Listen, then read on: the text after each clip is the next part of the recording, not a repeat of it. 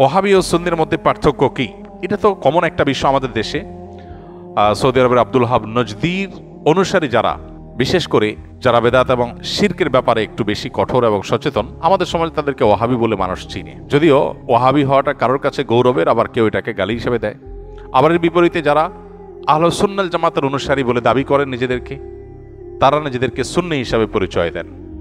তাদের ব্যাপারে আবার ওয়াহাবি পরিচয় বা ওয়াহাবি ট্যাগ যাদেরকে দেওয়া হয়, তাদের দৃষ্টিভঙ্গি হলো যে এরা বেদাতের ব্যাপারে অনেক বেশি তারা আপনার শিথিল এবং বেদাতে অনেক বেশি লিপ্ত। এখানে অবশ্য বেদাতের সংজ্ঞা পরিচয় নিয়ে নানাবিধ মতো পার্থক্য আছে।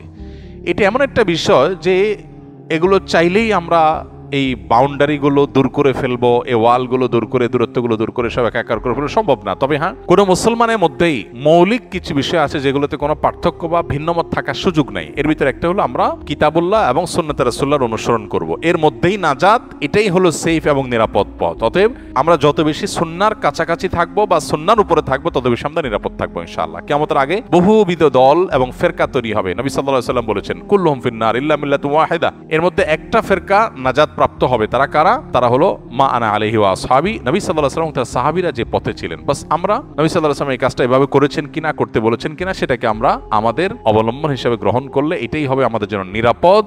ট্যাগ, নাম যাই দেয়া হোক না কেন, অতএব সেটা হলো আমাদের কাছে মুখ্য এবং মূল বিষয়।